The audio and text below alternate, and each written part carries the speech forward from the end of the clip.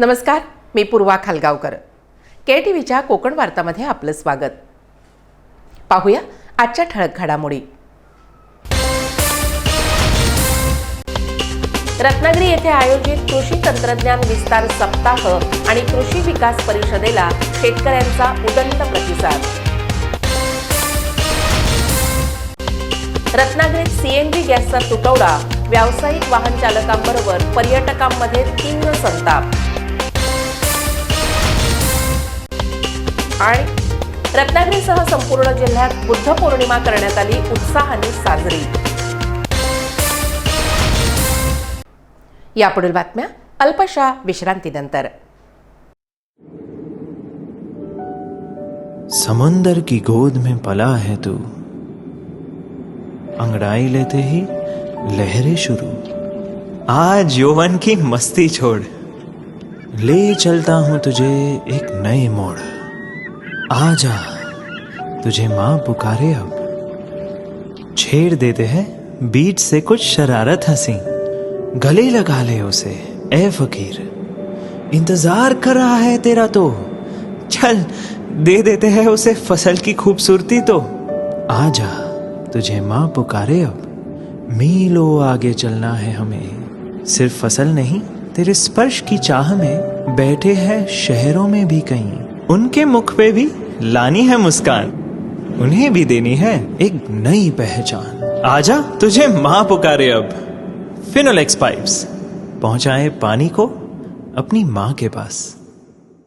उज्ज्वल करिअरचा सर्वोत्तम मार्ग म्हणजे 10वी-12वी नंतर MBA मानांकित उचगाव येथील NIT मधील प्रवेश.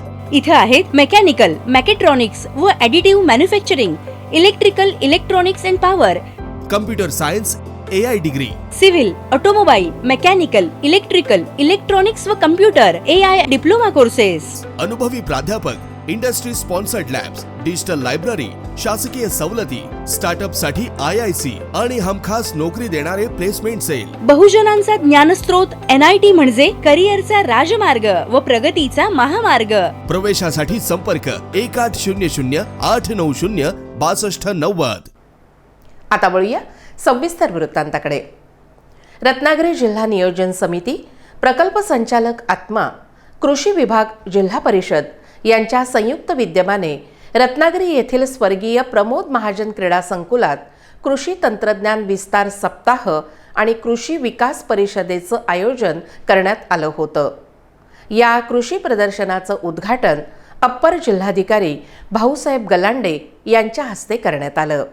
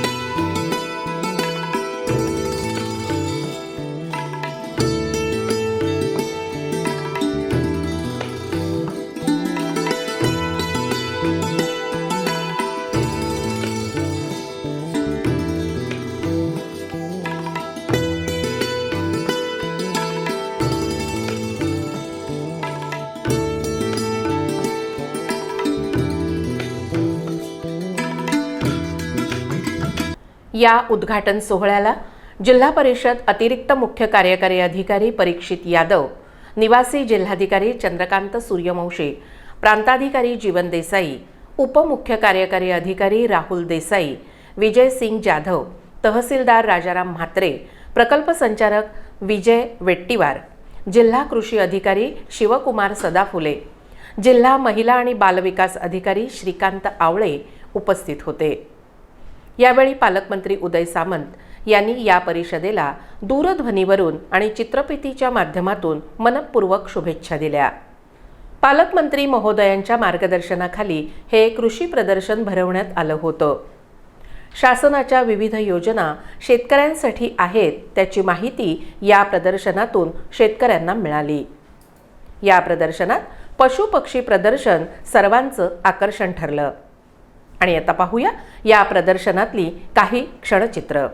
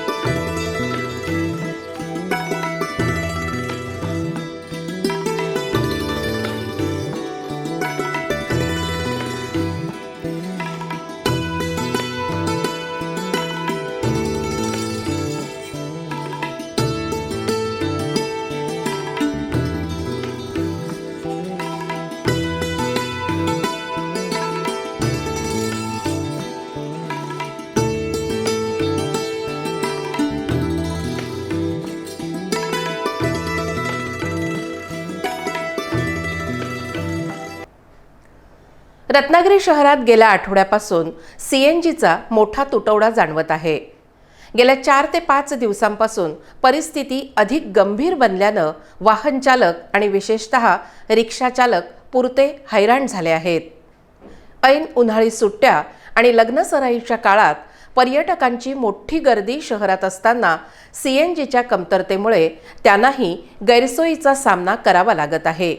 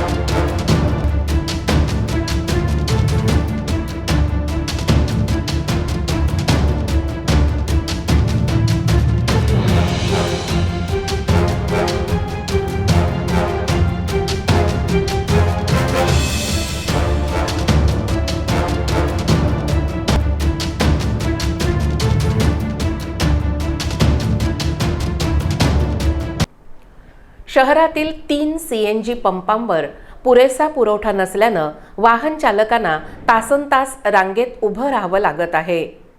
काही पंपांवर तर कमी दाबाने सीएनजी मिळत असल्यानं चालकांना पुरेसा गॅस भरण्यासाठी अधिक वेळ खर्ची करावा लागत आहे। याचा थेट परिणाम रिक्षा चालकांच्या व्यवसायावर होत आहे। धंद्याच्या वेळी सीएनजी मिळत नसल्यानं त्यांची आर्थिक कोंडी झाली आहे। दूरहून रत्नागिरीत फिरण्यासाठी आलेल्या पर्यटकांनाही सीएनजीच्या प्रतीक्षेत बराच वेळ वाया घालवावा लागत आहे। यामुळे रत्नागिरीतील पर्यटन स्थळांना भेट देण्यासाठी आलेल्या पर्यटकांमध्ये नाराजी पसरली आहे। या गंभीर परिस्थितीमुळे त्रस्त झालेल्या रिक्षा चालक मालकांनी आता आंदोलनाचा विचार सुरू केला आहे। जर सीएनजीचा पुरवठा सुरळीत झाला नाही तर मोठं आंदोलन करण्याचा इशारा त्यांनी दिला आहे। नागपूरला जर आपण गेलो तर अशी लाईन कुठेही दिसत नाही। मी कालच जाऊन आलेलो आहे। मग हे रत्नागिरीत असं का होतंय? हा माझा प्रश्न आहे। ह्याच पंपात नाही, रत्नागिरीत असं का? सिटीत म्हणजे ह्याच्यात काय जागरूक नाही काय कोण?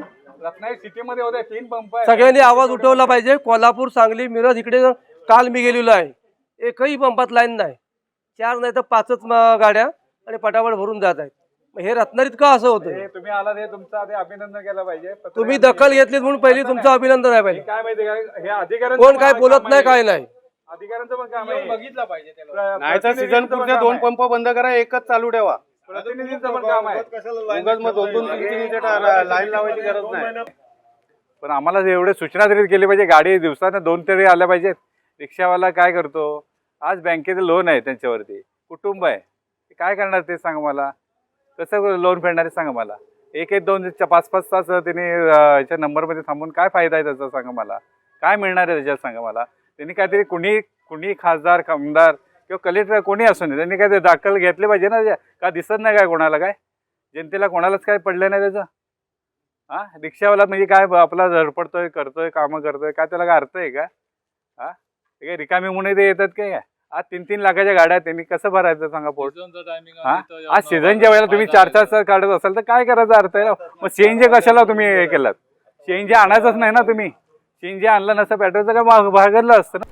त्यामुळे जिल्हाधिकारी, पुरवठा अधिकारी आणि तहसीलदारांनी या गंभीर विषयावर तातडीने लक्ष देऊन रत्नागिरी शहरातील सीएनजीचा तुटवडा दूर करावा अशी मागणी रिक्षाचालक आणि वाहन चालकांकडून करण्यात येत आहे. महाराष्ट्र इमारत आणि इतर बांधकाम कामगार कल्याणकारी मंडळ महाराष्ट्र शासनातर्फे रत्नागिरी जिल्ह्यातील नोंदित बांधकाम कामगारांना गृहोपयोगी साहित्य वाटप कार्यक्रम शुभारंभ शिरगाव ग्रामपंचायतीच्या सरपंच फरीदा रजा काझी यांच्या हस्ते करण्यात आला.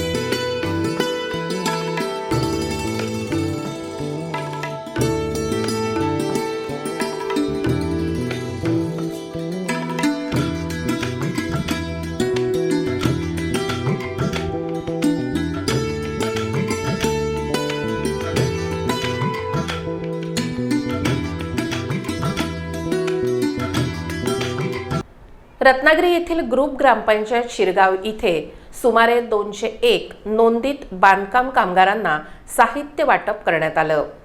यावेळी माजी सरपंच साक्षी कुमटेकर, ज्येष्ठ सदस्य सचिन सनगरे, नीरजा शेटे, स्नेहा भरणकर, अंजली सनगरे, मिलिंद बाणे आदी उपस्थित होते.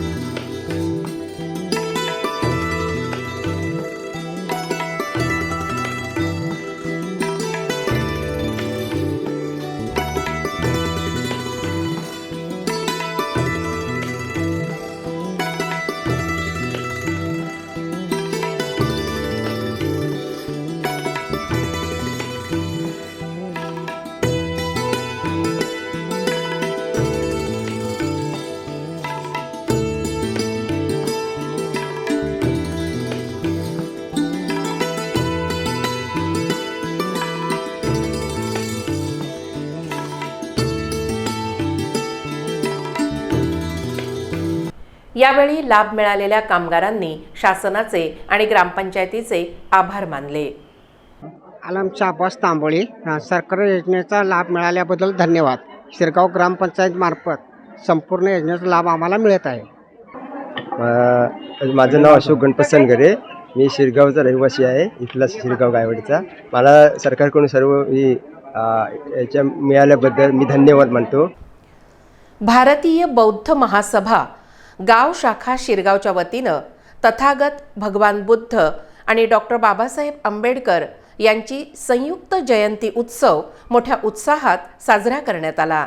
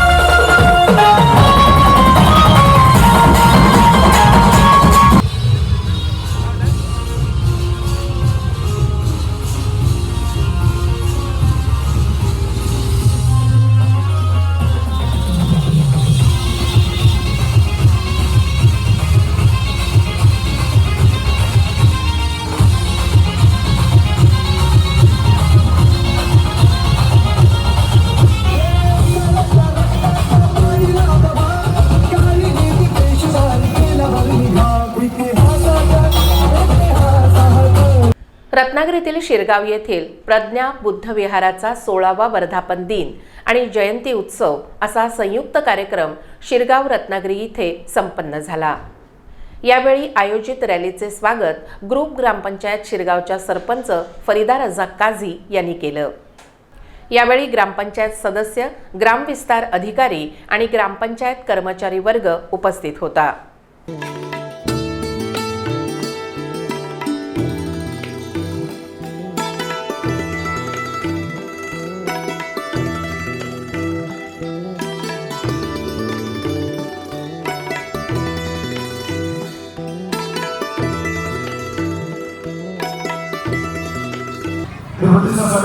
भारतीय भोकरमा समाज ग्रामसभा शिरगाव यांच्या वतीनं डॉक्टर भगवान बुद्ध यांचा 25वा जयंती महोत्सव, परमपूज्य बोधिसत्व डॉक्टर बाबासाहेब आंबेडकर यांचा 134वा जयंती महोत्सव, त्याच पद्धतीने प्रज्ञा बुद्ध विहार शिरगाव यांचा 16वा वर्धापन दिन असा संयुक्त कार्यक्रम ग्रामसभा शिरगाव या शिरगावच्या वतीनं आपण आयोजित केलेला आहे. या कार्यक्रम हा पूजापाठ घेऊन संपन्न होतो. त्यानंतर या शहरात आपल्या गावातून रॅली, त्या रॅलीचं स्वागत दरवर्षी या ग्रामपंचायतीमध्ये करण्यात येतं. त्या रॅलीला तथागतांना डॉक्टर बाबासाहेब आंबेडकर यांच्या प्रतिमांना पुष्पहार अर्पण करून या रॅलीचं ग्रामपंचायतीमध्ये स्वागत करण्यात येतं. आजही असं सुंदर असं स्वागत ग्रामपंचायत सदस्य आणि सरपंच मॅडम यांनी या ठिकाणी केले. त्याच पद्धतीनं ग्रामविकास अधिकारी डॉक्टर यांचे सर्व पदाधिकारी सदस्य यांनी या ठिकाणी अत्यंत सुंदर असं स्वागत केलेलं आहे. त्या ठिकाणी त्याने या रॅलीसाठी सहभागी झालेले धर्मबांधव त्यांना या ठिकाणी पाण्याची व्यवस्था केलेली आहे.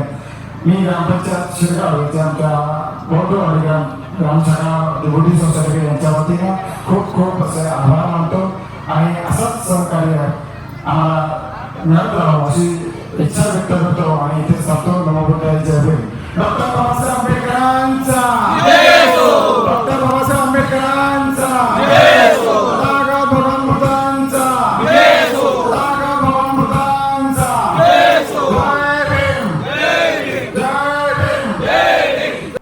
आणि आता पाहूया बुद्ध जयंतीनिमित्त काढण्यात आलेल्या भव्य रॅलीची काही क्षणचित्र.